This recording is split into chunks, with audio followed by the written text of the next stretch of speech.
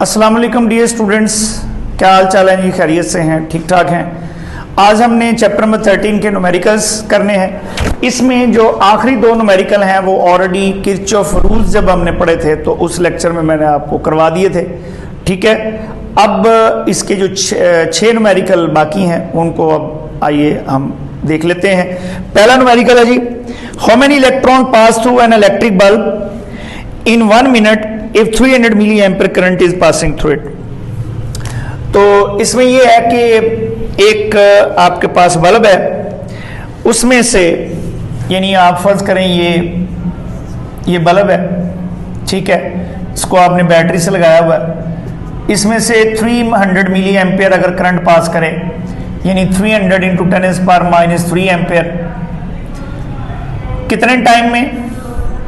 T is equal to 1 minute के अंदर 60 second. 1 minute का मतलब 60 second.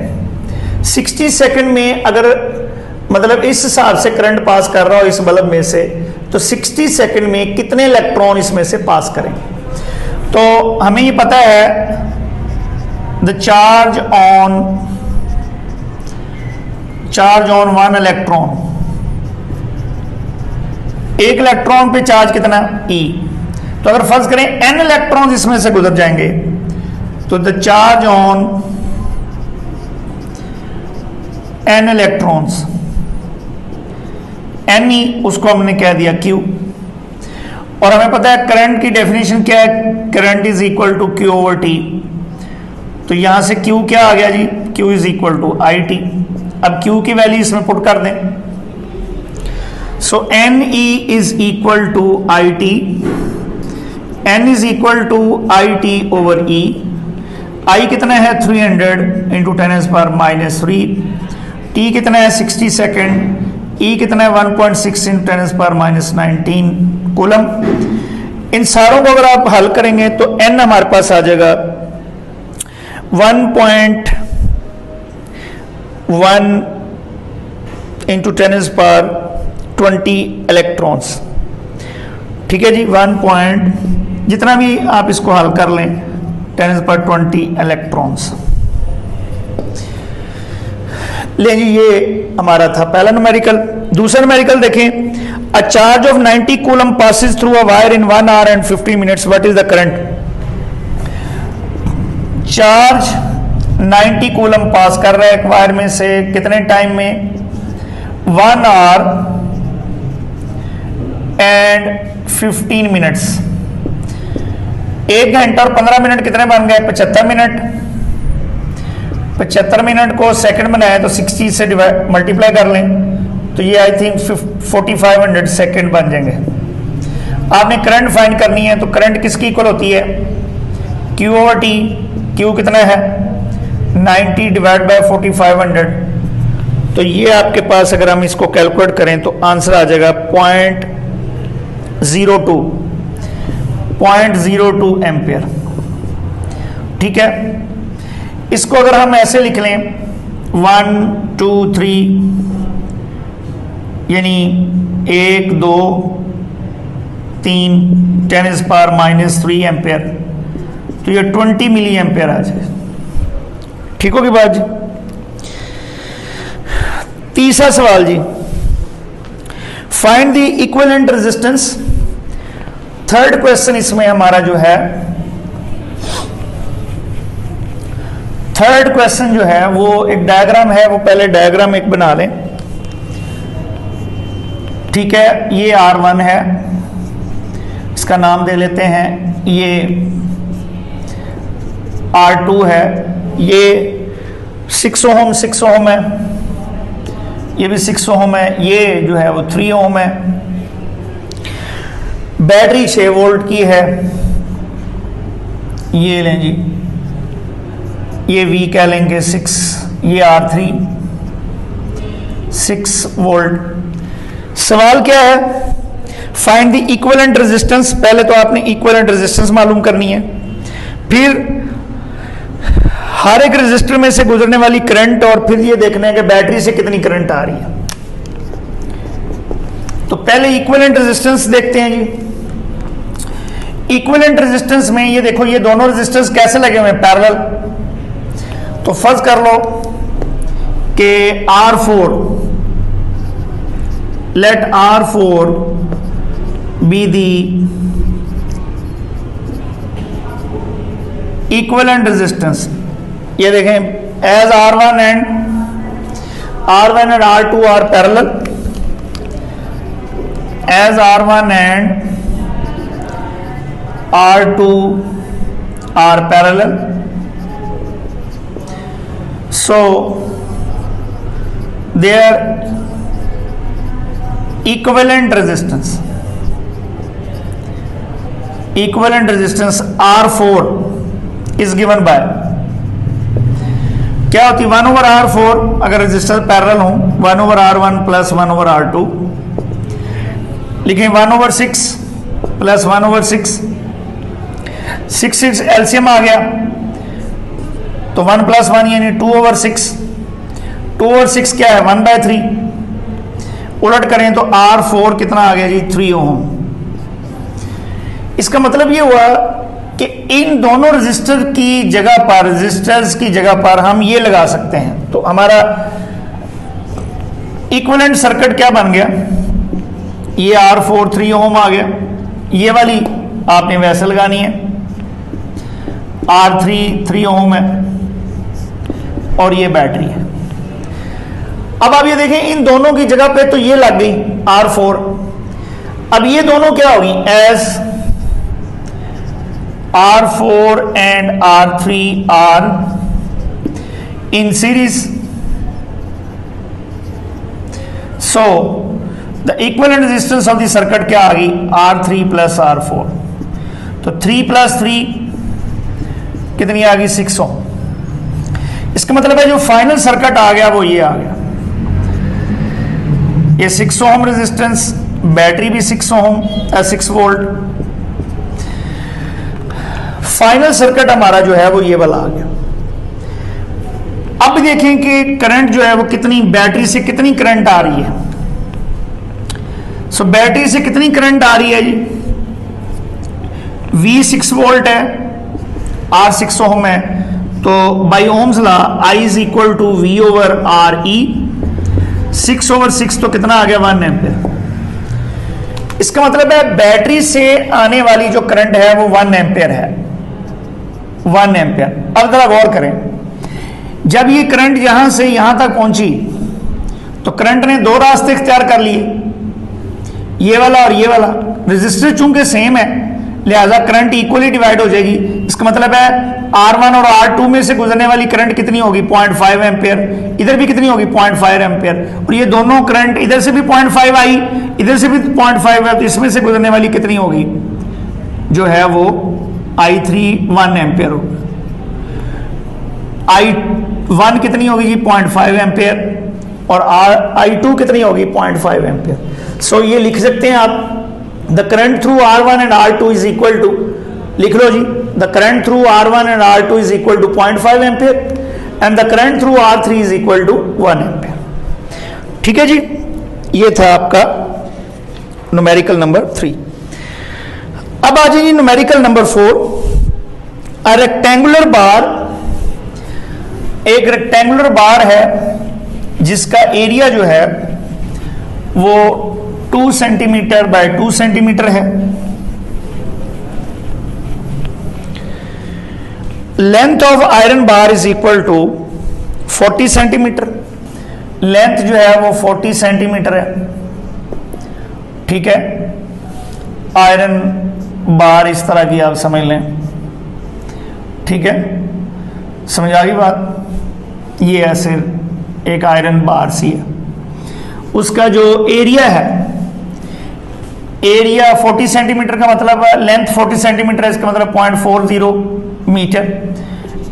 Area of cross section is 2 centimetre into 2 centimetre, 2 centimetre into 2 centimetre, इसका मतलब है 2 इंटू 2, एक दफा इसको 100 पे डिवाइड करें फिर इसको, तो ये 10⁻⁻⁴ मीटर स्क्वायर आ गया, 4 इंटू 10⁻⁻⁴ मीटर स्क्वायर। 4 का पता चला कैसे, 100 पे डिवाइड, दो दफा 100 पे डिवाइड करेंगे ना, एरिया ऑफ क्रॉस सेक्शन आ गया जी। उसके बाद resistivity of the iron bar is 11 into 10 power -8 ohm metre. Resistance मालूम करनी है। रेजिस्टेंस का क्या फार्मूला है, rho L over A, values ही लगानी है। 11 इंटू 10 पावर -8, लेंथ कितनी है 0.40, एरिया कितना है 4 इंटू 10 पावर -4। ये सारा आप हल करें तो आंसर आ जाएगा 1.1 इंटू 10 पावर -4, 1.1 इंटू 10 पावर -4 ओम। लेंगे ये क्वेश्चन नंबर आ गया जी 4। क्वेश्चन नंबर 5 देखिए जी, resistance of an iron wire at 0 degree centigrade is 1 into 10 power 4 ohm. यानी रेजिस्टेंस जो है वो R0 0 डिग्री सेंटीग्रेड पर 1 इंटू 10 पावर -4 ओम है। What is the resistance at 500 degree centigrade? T is equal to 500 degree centigrade, R 500 यानी RT आपने मालूम करनी है। Temperature coefficient of resistance alpha दिया हुआ 5.2 10 पर -3 पर केल्विन। लेंगे as we know that RT is equal to R0 into 1 plus alpha T। Values लगा दें बेटा, कोई ऐसा मसला नहीं है। 1 इंटू 10 पर -4, 1 प्लस अल्फा जो है 5.2 इंटू 10 पर -3 500। बेसिकली ये चेंज इन टेम्परेचर है, तो चेंज इन टेम्परेचर केल्विन में और डिग्री सेंटीग्रेड में सेम होता है। अब बात नहीं समझ में आई, चलो कोई बात नहीं, समझा देता हूं। 27 डिग्री सेंटीग्रेड और 127 डिग्री सेंटीग्रेड में फर्क कितना है 100। इसको केल्विन में बदलें, ये 300 केल्विन बन गया, ये 400 केल्विन बन गया। केल्विन में फर्क कितना 100। तो इसका मतलब है इसीलिए हमने ये, चूंकि चेंज इन टेम्परेचर है इसलिए 500 डिग्री सेंटीग्रेड केल्विन में भी 500 डिग्री सेंटीग्रेड ही आएगा, तो इसलिए इसको 500 ही लगा दिया, कोई ऐसा इसमें इशू नहीं है। चलेंगे ये सारा कैलकुलेट करें अगर आप, तो कैलकुलेट करने से आंसर आ जाएगा 3.6 इंटू 10 पावर 4, 3.6 इंटू 10 पावर 4, ठीक है ओम। ये वाला जो फार्मूला है ये कैसे है वाला, अगर आप नहीं समझ रहे तो हमें पता है अल्फा की डेफिनेशन क्या है, RT minus R0 over R0 into T. इसको इधर ले जाएं, ठीक है, तो RT माइनस R0 क्या बन गया, R0 इसको मल्टीप्लाई कर लें अल्फा टी, ऐसे आ गया ना। इसको उधर ले जाएं, ले इधर ले आए तो R0 कॉमन ले लें, तो ये 1 पहले लिख लें अल्फा टी, तो ये इस तरीके से ये फार्मूला आ गया। ठीक है जी। क्वेश्चन नंबर 6, क्वेश्चन नंबर 6 में 2 बैटरियां लगाई हुई हैं, ठीक है, 2 बैटरियां उसमें लगी हुई हैं जी। We have 2 batteries. लो ये डायग्राम पहले बना लें फिर इसको सॉल्व करते हैं।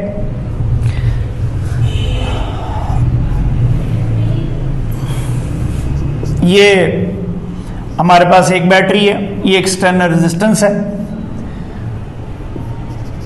उसके बाद ये हमारे पास दूसरी बैटरी है, एक्सटर्नल रेजिस्टेंस 8 ओम है, इसको हम R से ज़ाहिर कर लेते हैं, कैपिटल R से। ये वाली बैटरी इसकी इंटरनल रेजिस्टेंस R1.1 ओम है और इसकी EMF E1 जो है वो 24 वोल्ट है। इसकी इंटरनल रेजिस्टेंस जो है वो 0.9 है, 9 ओम है, और इसकी जो EMF है E2 इस बैटरी की वो है 6 वोल्ट है जी। अब सवाल ये है, सवाल इसका ये है कि आपने क्या find, calculate the terminal potential difference.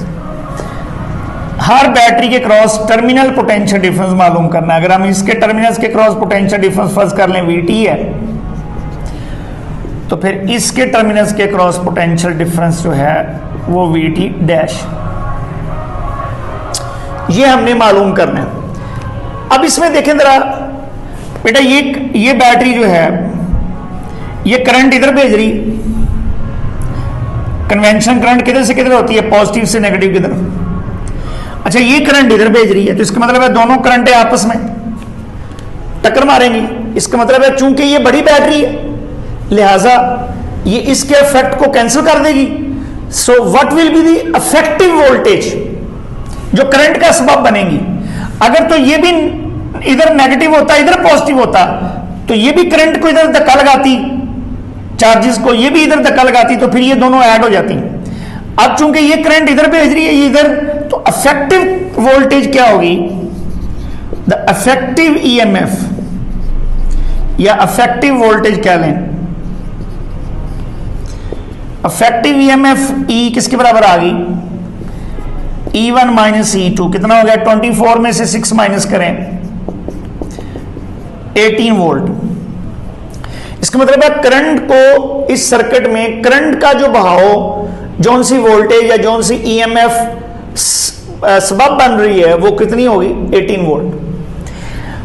अब ये वाली रजिस्टर, ये वाली रजिस्टर, ये वाली रजिस्टर आपस में तीनों सीरीज में लगी हुई हैं। The equivalent resistance, equivalent resistance of the circuit,